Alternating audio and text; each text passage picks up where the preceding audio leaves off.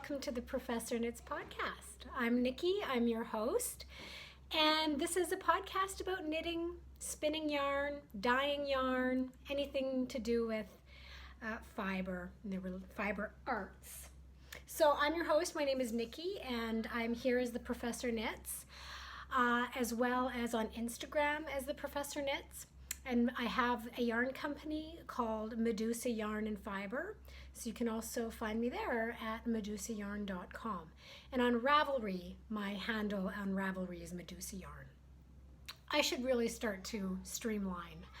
But either Medusa Yarn or the Professor Knits. So make sure you come and find me in all of the different places.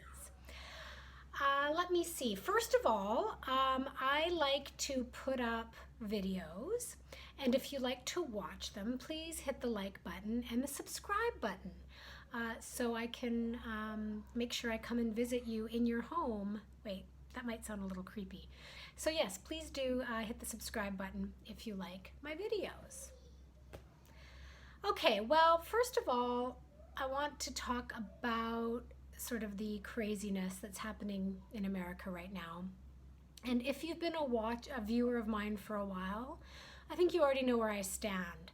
I guess it's almost a year ago now, I posted a video chiming in on the Sockmatician and what was sort of his dismantling. And I was pretty clear about Black Lives Matter, systemic racism in this country. And but in case you haven't seen that video or you forgot where I stand, although I got a lot of flack for that video, but it's still there if you want to go watch it. If I support 100% the protests in this country against police brutality. I stand behind the Black Lives Matter movement, and I want to be clear about that because I don't want anybody to think I'm being silent about it. All right, so as for the Sockmatician controversy that happened last year, a similar one has happened with StevenBe, and I'd like to comment very briefly on why the two situations are vastly different from each other. When Nathan Taylor of the Sockmatician, engaged in that bizarre behavior of calling out people and trying to tell them, everybody, how to behave and how what his particular taste in activism was, and he was criticized for his tone policing. What was problematic to me was the way he behaved after that, right? Instead of reflecting or paying attention or listening, he dug in, got incredibly offensive to his followers, said some really atrocious things, which were exacerbated by his husband, and then a couple of months later issued a video in which he reiterated everything and really demonstrated who he is as a person. And if you support Nathan, that's fine. I have no beef with you, right? I do not. I will never support him, but I'm not interested in calling on a boycott of him or anything like that. It's not up to me to control where you spend your dime. I won't spend a dime on him. Now, the reason why I think StevenBe is a little bit different, and for those of you who don't know, he's a yarn designer, knitwear designer in Minneapolis, who has a store close to where a lot of the riots were happening and the murder of George Floyd. And he, I guess last week, issued a Instagram TV notification that he was just sort of turning to his knitting and ignoring what was going on. And he got a lot of backlash from that, understandably, right? It's one thing to find, I think we can all agree that we can find solace and comfort in knitting or our chosen craft or chosen hobby, but what we shouldn't be doing is turning a blind eye to what's happening or pretending it's not happening, right? It's exhausting for all of us, but we have to be vigilant and not ignore what's happening. Now, the reason why his backlash is different and why I will continue to support him, at least right now, is because he stopped, he listened to what people were saying, he saw that what he did was tone deaf and probably insensitive, and he apologized for it. I think that that's what we want, right? Is we want people to stop, because we all make mistakes. We all do silly, stupid things that we haven't thought through or could be part of our systemic culture that is framed in such a way as to be harmful to people of color without even realizing it. And then if somebody points it out and we stop and we reflect and we think about it and then we immediately apologize or take a day or two and apologize or not, right? If, like Sockmatician, he dug in and rode that horse into the sunset, his prerogative. If, you know, what StevenBe did was, I think, what we should all do when we do something stupid, right? Or say something insensitive or engage in sort of passive, accidental racism, which I think is, you know, very, very common. It's probably more common in this country than overt racism. Well, that's why they're so different, right? He apologized. He immediately recognized the problem with what he did, and he apologized. And I think that's good, you know, and I'm not going to decide who's sincere and who isn't in terms of apologies, because that's not my job, right? I can have my opinions, but I'm not going to start accusing somebody of not being sincere in their apology. Just take it as it is. All right, so that's kind of heavy stuff, and I don't want to weigh in too much on it, but I think it's important that we understand the differences in how we behave when we actually recognize what we've done wrong, okay?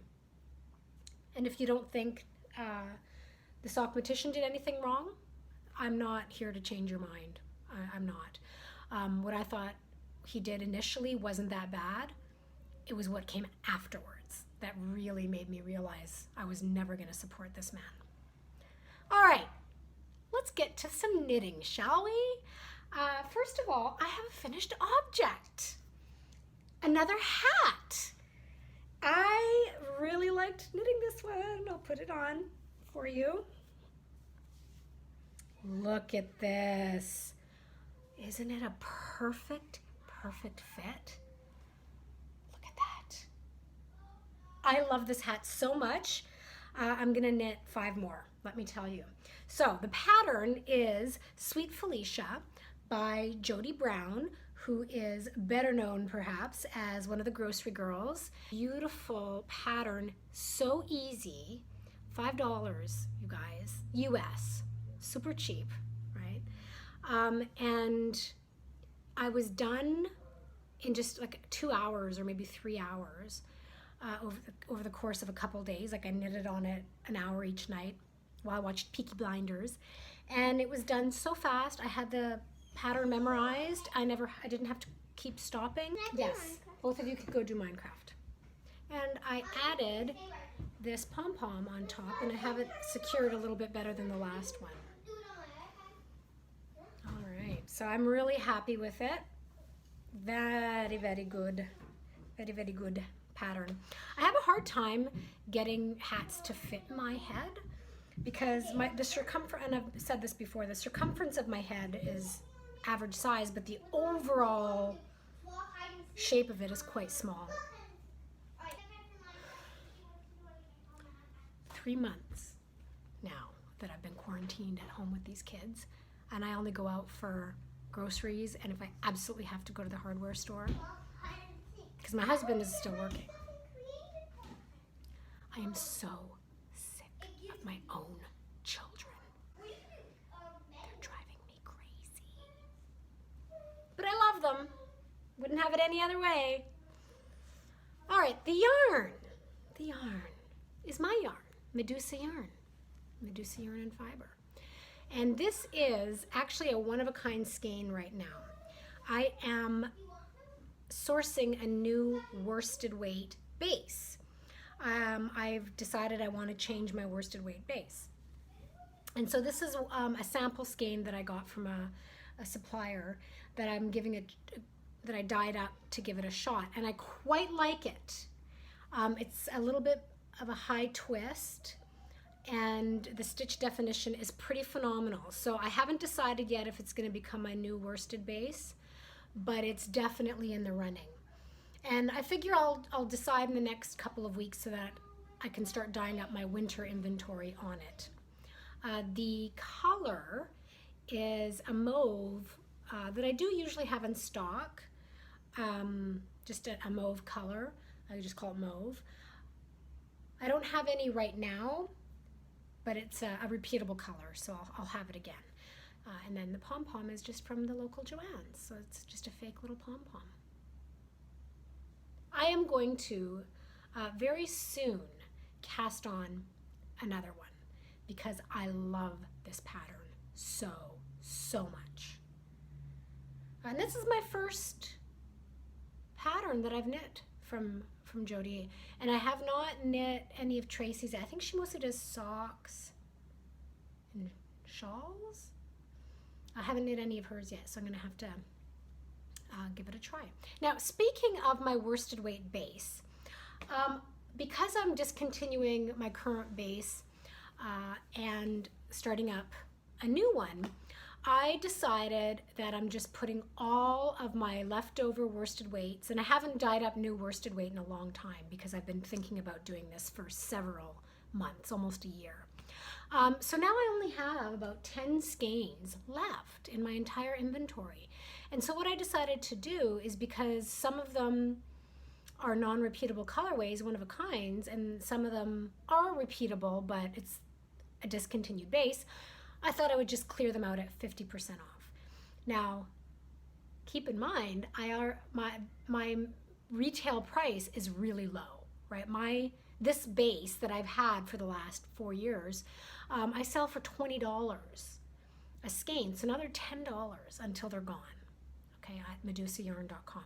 Now, if you go over there and you look, the pictures aren't great because I took them in a rush, so I thought I'd show them here so that if you see one you like, at least you'll know and you can hop on over and have a better idea. So this one is mint chip. All right, 10 bucks a piece, you guys. The moss, a beautiful grapey purple, and I've got 2 of these.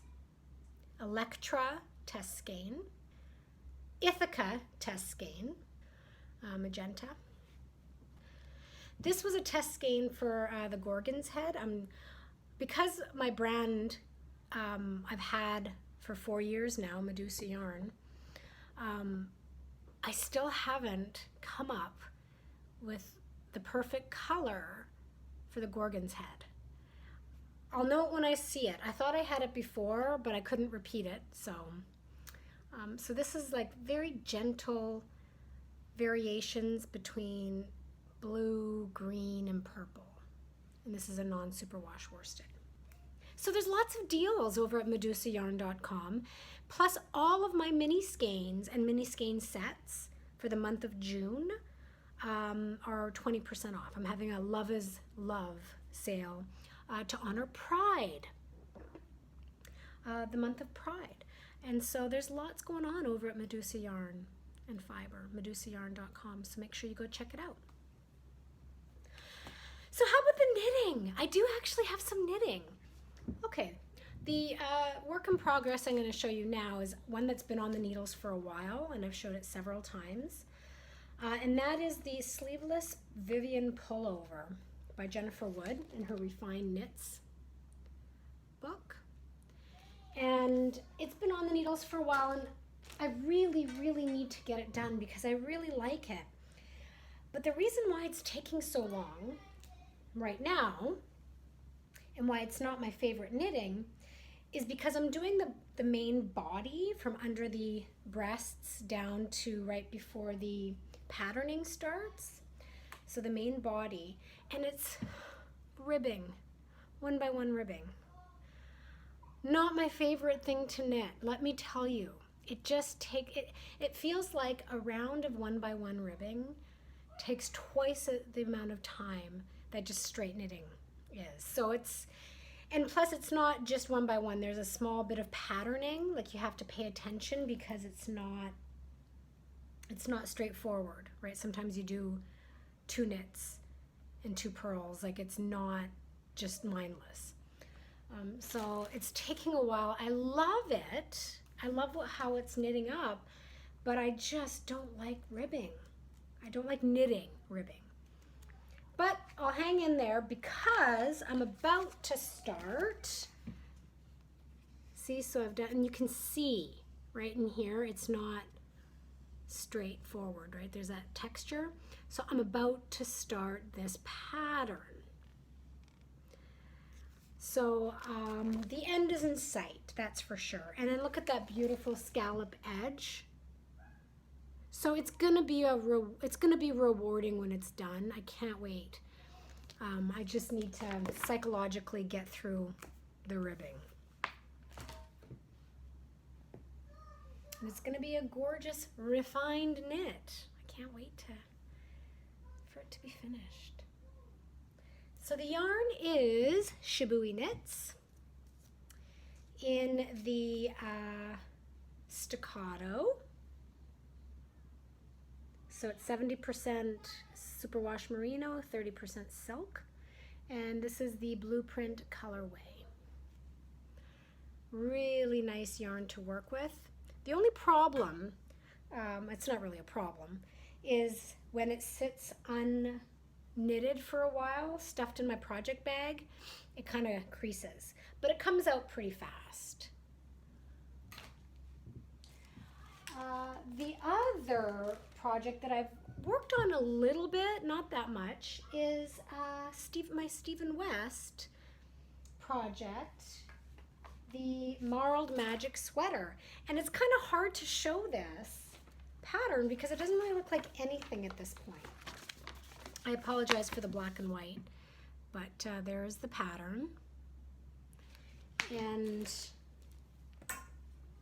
I'm just knitting this big, huge piece, although you can sort of seeing it come together, right? Here's the front,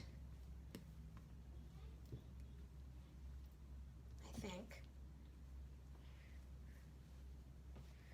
I don't know, it is kind of coming together, but eventually it'll be this one big piece, and then I'll sew it and seam it all together into a sweater. And I've been doing this as a scrappy project. So I try to pick somewhat coordinating colors, but you hold one strand fingering weight with a strand of lace weight. And I don't have a whole lot of lace weight yarn. So the same 2 balls keep getting used throughout. So there is that pinkiness to it that keeps sort of pulling it all together, pink and blue. Yeah. Really interesting construction. Hey everybody, I apologize for that. I got cut off and the kids were demanding my attention, so I had to go. So I'll just leave the podcast as it is and say thank you so much for watching and get your knit on. Take care.